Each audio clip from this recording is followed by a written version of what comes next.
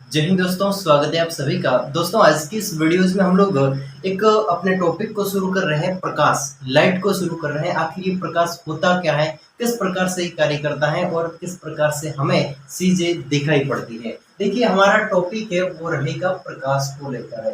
प्रकाश को हम लोग इंग्लिश में क्या बोलते हैं, लाइट के नाम से जानते हैं। ठीक है, तो ये तो है हमारा प्रकाश। लेकिन प्रकाश अगर हम बात करें किसको बोलेंगे, तो प्रकाश एक ऐसी ऊर्जा होती है, एक ऐसी ऊर्जा होती है जो हमारी आंखों को संवेदनशील बनाती है। सबसे पहली बात हो जाएगी कि एक प्रकार की क्या है, प्रकाश है वो ऊर्जा होती है। और ये जो ऊर्जा है ये हमारी आंखों को, हमारी जो आंखें हैं इन आंखों को क्या बनाती है, संवेदनशील बनाती है। ओके, तो ये तो है दोस्तों प्रकाश की बात कि प्रकाश क्या होता है। तो प्रकाश एक प्रकार की ऊर्जा होती है जो हमारी आंखों को संवेदनशील बनाती है। अब कैसे संवेदनशील बनाती है, देखिए एक एग्जाम्पल के माध्यम से मैं बात करूं कि हमारे इस धरती पर सबसे मुख्य बात करें कि प्रकाश कहाँ से आता है। सबसे पहली बात करें कि प्रकाश का मुख्य स्रोत कौन सा है, तो इसका सीधा सीधा आंसर रहता है सूर्य। सूर्य से ही हमें प्रकाश मिलता है। अगर पूछा जाए कि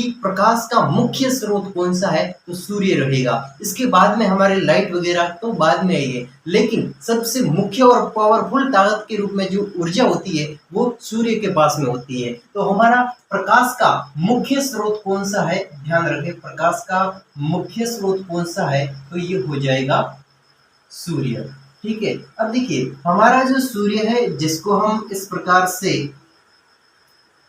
बनाते हैं और इस सूर्य को हम लोग इमेजिनेशन करते हैं कि हमें सूर्य ऐसा दिखता है।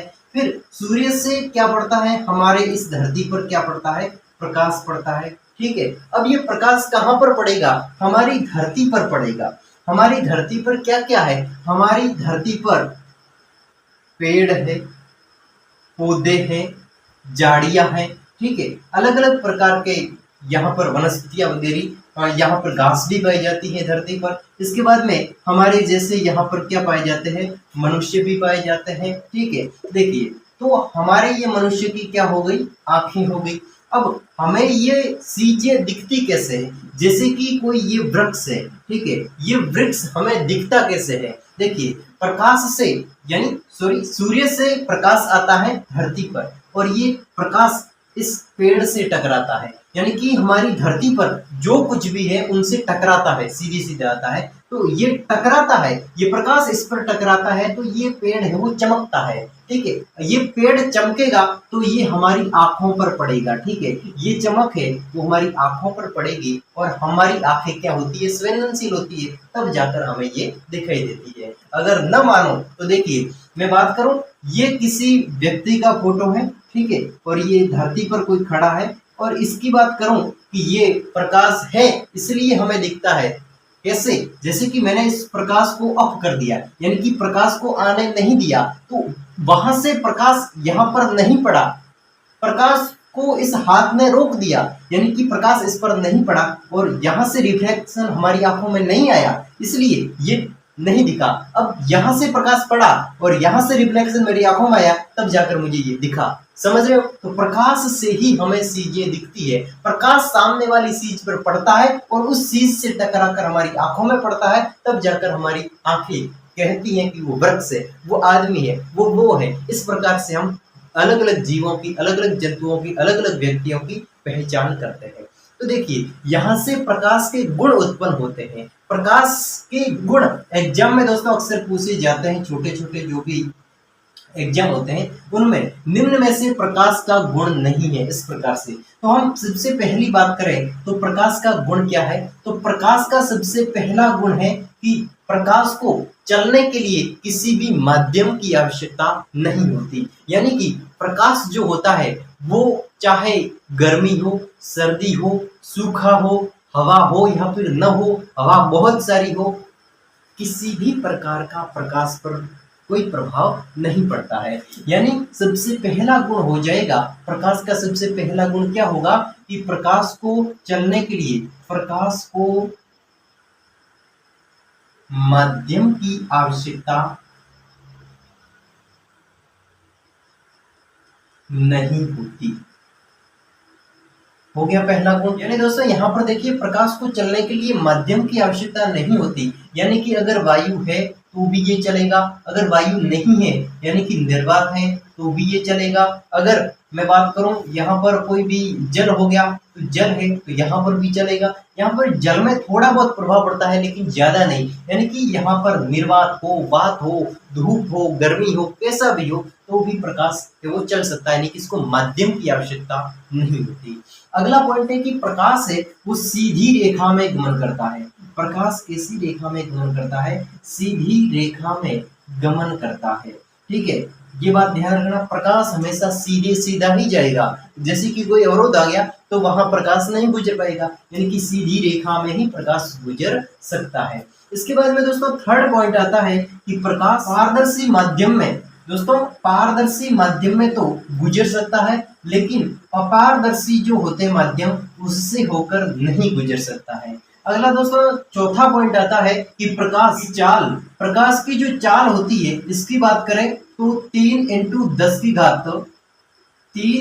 10⁸ मीटर प्रति सेकंड होती है। यानी दोस्तों प्रकाश अगर चलेगा तो इस स्पीड से चलेगा। प्रकाश चाहे वायु में चलता हो या फिर निर्वात में चलता हो या फिर जल में चलता हो, जल में थोड़ा ऊपर नीचे इसमें घातांक में होगा लेकिन ज्यादा नहीं। यानी कि कुल मिलाकर प्रकाश की चाल पूछी जाए तो 3 × 10⁸ मीटर प्रति सेकंड, यानी कि यहाँ पर 1 मीटर के कितने टुकड़े हो जाएंगे? 10 टुकड़े हो जाएंगे। इतनी बिल्कुल दोस्तों बात करें हम इस चाल की, इतनी छोटी चाल के अंदर वो इतनी स्पीड से चला जाता है कि 3 × 10⁸ मीटर प्रति सेकंड, यानी कि 1 सेकंड के अंदर इतना दूरी तय करता है। इस प्रकार से यहाँ पर प्रकाश की चाल हो जाएगी।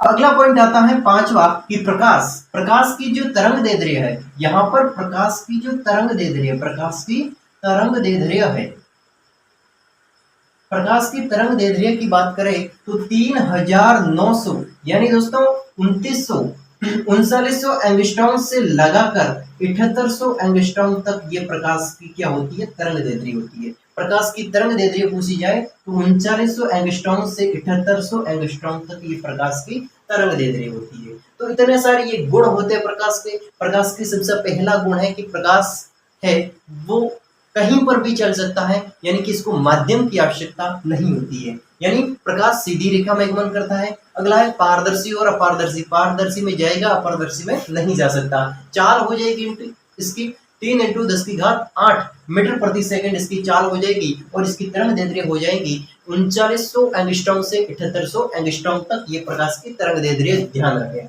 अब दोस्तों बात करते हैं हम लोग प्रकाश के परावर्तन को लेकर। देखिए प्रकाश का परावर्तन को आगे बढ़ाते हुए बात करते हैं हम लोग प्रकाश के परावर्तन को लेकर। यानी दोस्तों जो प्रकाश का परावर्तन है ये क्या होता है? शब्द से वैसे तो स्पष्ट है कि प्रकाश का परावर्तन क्या होता है।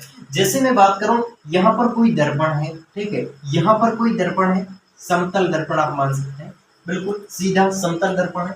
इसके ऊपर मैं बात करूं यहां से मैं किसी लाइट को इस प्रकार से दागूं, जैसे कि कोई मुंह देखने वाला कांच होता है, उस मिरर के ऊपर मैं इस साइड से प्रकाश डालता हूं तो वो किस साइड पर जाएगा? सीधी सीधी बात है, इस साइड पर जाएगा। ठीक है, समझ रहे हो पॉइंट को? इस साइड में जाएगा। यहां से डाला तो ये प्रकाश है वो इधर चला गया।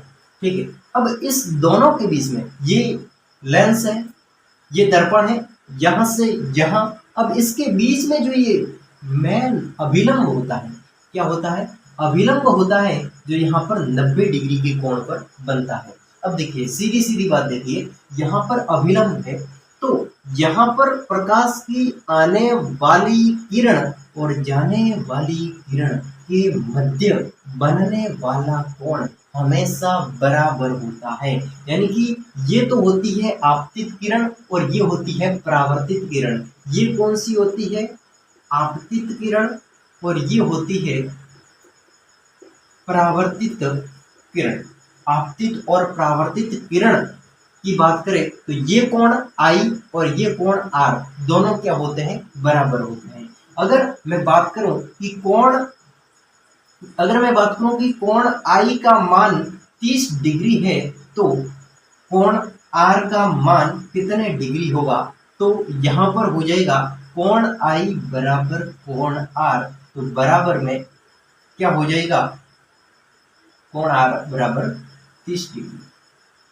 ध्यान रखिए बिल्कुल, क्योंकि ये 30 है तो ये भी 30 होगा। ठीक है, तो बस आज की इस वीडियोस में इतना ही। मिलता हूँ नेक्स्ट वीडियोस में इसी को लेकर, तब तक के लिए जय हिंद जय भारत।